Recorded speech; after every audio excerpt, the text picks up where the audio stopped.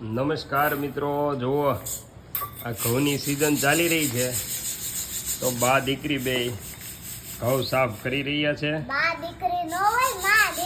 માં દીકરી બે ઘઉં સાફ કરી રહ્યા છે. કેવું હોય એ દીકા દાદી દીકરી હોય અને કોને કોને પોતાનું બાળપણ યાદ આવી જાય છે. આપણે પણ આવી રીતે સાફ કરતા ઘઉં, અને આપણે તો કાકરા વીણતા, પૂતળિયા વીણતા. હવે તો એવું કાંઈ હોતું નથી, સાફ કરેલા જ આવે છે. તો જે લોકોને ઘઉં સાફ કર્યા હોય પોતાના માતા પિતા સાથે, તે અવશ્ય કોમેન્ટ કરી અને જણાવજો. કારણ કે આપણે તો આખી રાત ઘઉં સાફ કરતા ત્યારે થતા. અત્યારે મશીનમાં સાફ કરેલા ઘઉં આવે છે તો ખાલી જો ગવઢિયા હારે રહેતા છે તો ચાળશે, બાકી કોઈ ચાળતાય નથી. હવે તો ડાયરેક્ટ ભરી દે છે. તમે ઘઉં ચાળીને ભરો છો કે એમને ભરી દો છો તે અવશ્ય કોમેન્ટ કરીને જણાવજો.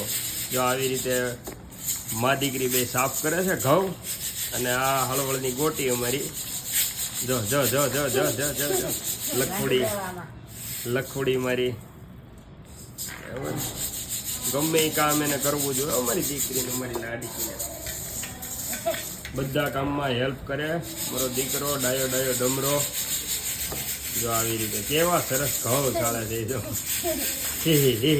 મધુમક્ખી જો જો જો જો જો જો રમતે, પછી ચાલુમાં રમતું ને પછી જો જો જો બરાબર.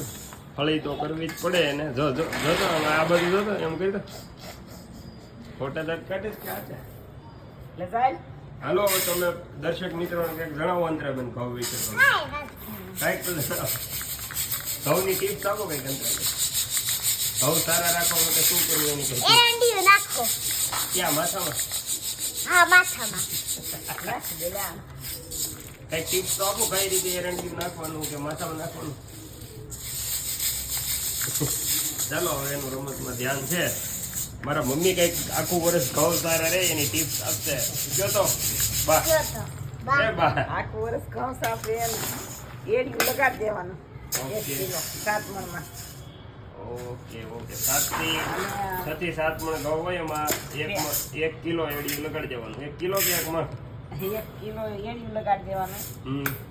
અને પેલા નીચે ઓછું એડિયું દેવાનું, પછી ઉપર થોડુંક વધારે દેવાનું, એટલે નીચે વયું જાય એડિયું બધું ઘઉંમાં. ઓકે ચાલો કાંઈ વાંધો નહીં. જો આપણે જેટલા ઘઉં લીધા હોય એમાં નીચે જે ઘઉં નાખીએ ને એમાં થોડું ઓછું એડિયું દેવાનું, ને ઉપરના ઘઉં હોય એમાં વધારે દેવાનું. એટલે કે આખું વર્ષ એડિયું છે ને નીચે ધીમે ધીમે ગયા કરે અને બેલેન્સ થઈ જાય. બરાબર. વિડીયો સારો લાગે તો દરેકને શેર કરજો. ને તમારી પાસે ઘઉં સારા રાખવાની ટિપ્સ હોય તો અવશ્ય જણાવજો. જય હિન્દ, જય ભારત.